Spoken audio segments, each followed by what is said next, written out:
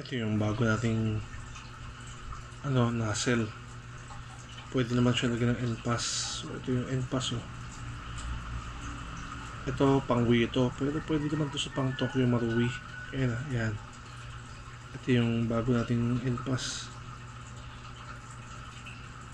Ay, hindi pala bago pala. Ito pala, sorry. Ayan. Yan yung brand ng GNP galing kay Neknek.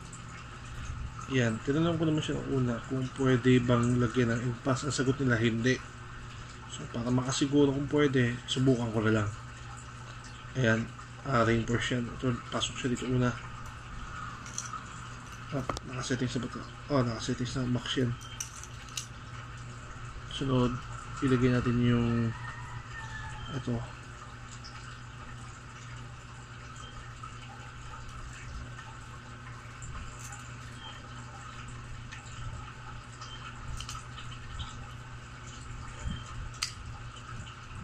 Shoot ko natin siya. Sorry. Yan. Nakaposisyon na tama yan pag ganyan. Kailangan tama rin paglagay dito. Yung pinaglalagay ng screw.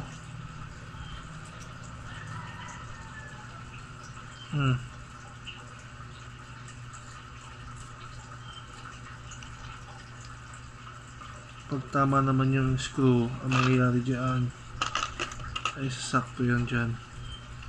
Kapag ko muna napig yung bagong roskas.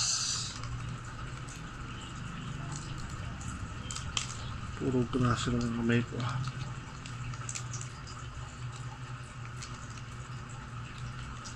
NPAS, NWS.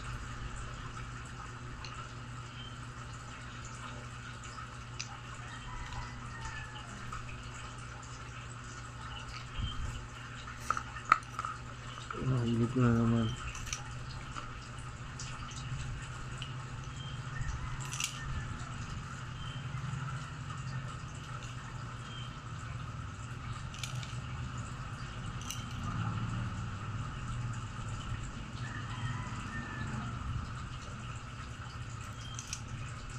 Laglag na siya dyan.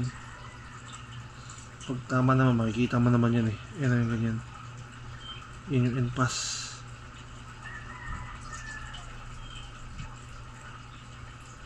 Kailangan ipasok ito dito lang tama. Phillips screw ang gamit sa kanya. Bagong bago pa.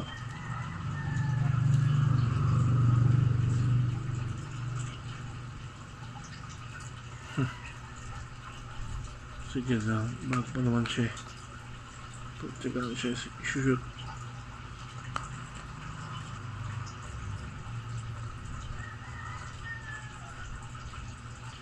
Yan, tuloy-tuloy na to.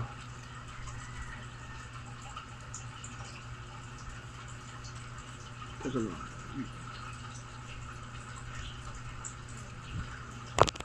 Sige, tama naman.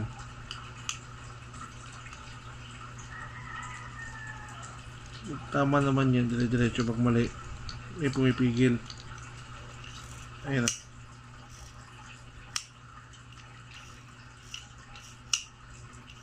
Ayan. Yung spring na upgraded din yan. Yan yung sa ano ko pa, God's Modify. Ayan. Yan, tama yan. Pag mali yan, alam mo na. So ito, ayan o, yung NPAS. Yan, tama posisyon pag ganyan. Tama yan.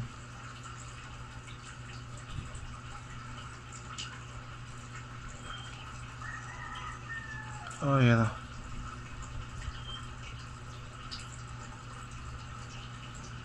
Yan, lakas siya pag ganyan. So wala pa siya dito sa spring. Lagyan natin yung bago. Hindi na kailangan ipas mo ako ito.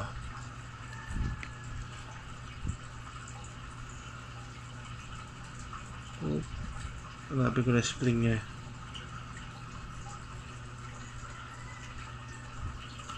Hanapin natin spring, yung bago. May kasama naman yan eh.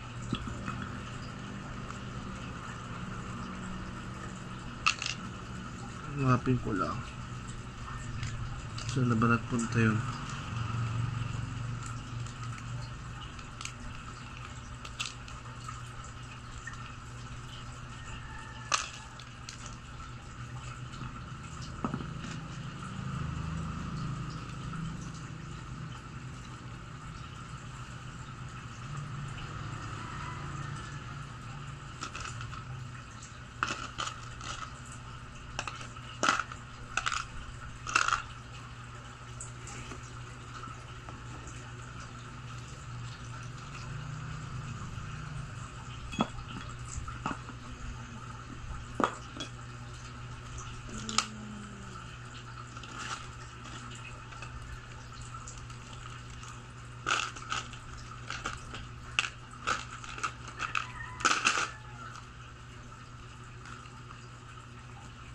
Nakita ko na ito. Importante yan. Para yan dito. Pasok dito sa loob na yan. Tapos ilalagay ito dito, lock. Kailangan sentro. Ayan o.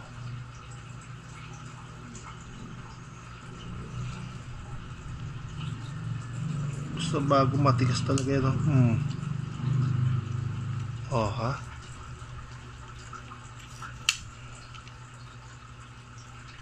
Yan. Ganda rin reinforce yan. Para pwede natin siya gamitin ng green gas 1214. Kasi kung stock yan ng Tokyo Marui, malamang basag yan.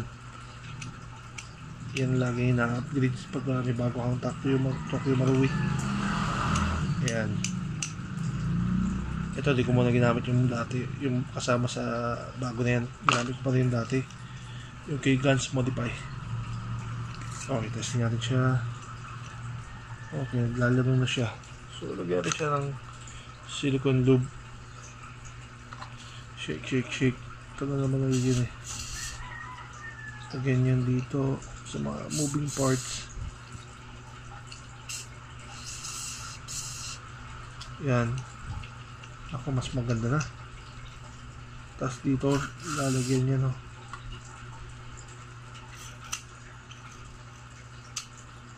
yan. Yan yung konti para naglalaro sa spring sa may loob.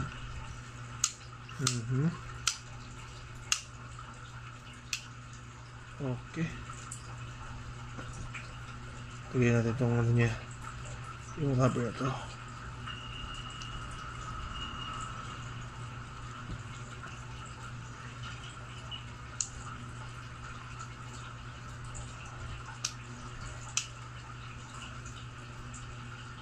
Teka lang, yung o-ring naman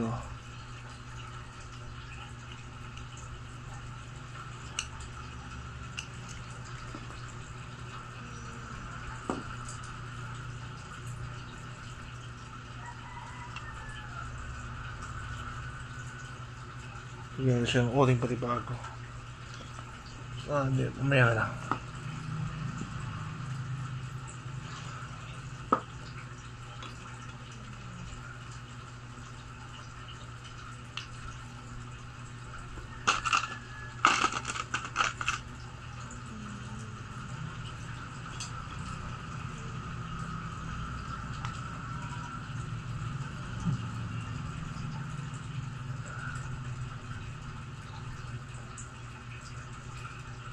Nasa loob pala yung o-ring. Ayun, nakita ko na.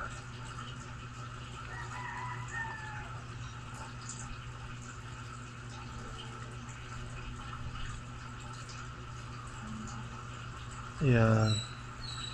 Shoot na yan.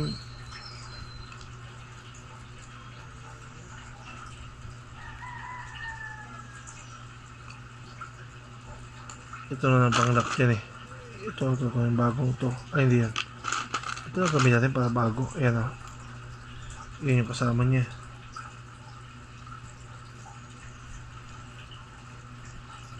Iluwa ko lang to sa to.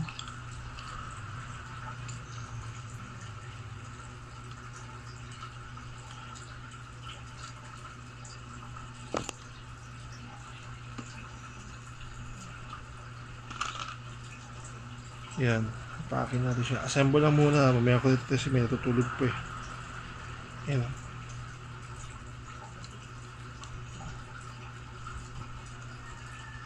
Yan. Siyempre yung spring dito banda.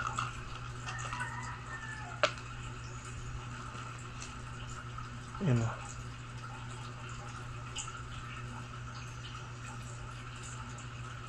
Lagay na natin yan. Diyan. Siyempre, kailangan natin ng flat screw para mas madali siyang mailapat.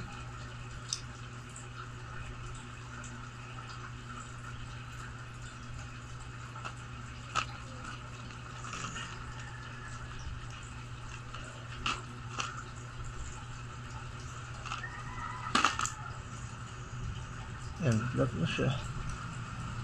Lock. Yan, magsasayo-sayo na yun siya dyan. Siyempre, ilalak ko na yan gamit itong bagong screw.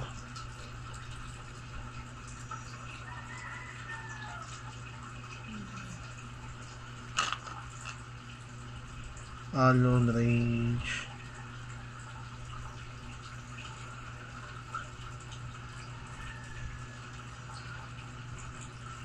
Yan, ganyan na kasi pag-install dun sa NPAS.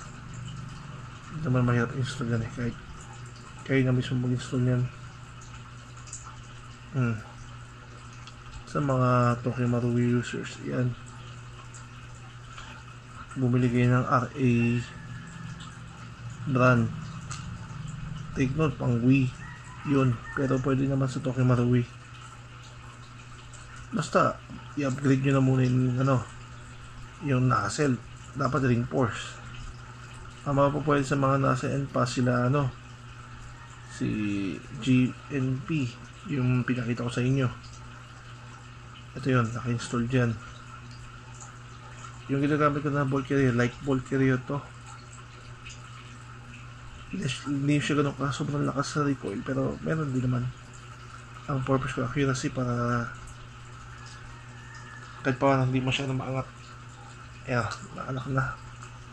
Na-install ko na yung bagong niyan lock. Yan, good job. Ganyan dapat. Sa NPAS, pag ganyan ang settings yan, lakas niyan. Nag-average nga pala pag may NPAS yung isang unit. Pagka max niya, depende sa setup, may mga modification ang ginawa dito eh. Nag-aabot ng mga 600 pataas. Basta may modify Ito modify itong ginawa ko dyan. May ginawa pa ako dyan. Ngayon, kung gusto mo hinaan, ikutan mo lang siya dito gamit ka ng special tools ng pang NPAS. Hindi ko lang mahanap kasi ginagan siya adjust. Naglanak naman yan eh. Yun lang. Yan, para sa mga nagbabalak maglagay ng NPAS, sana makatulong. Yun lang. Maraming salamat.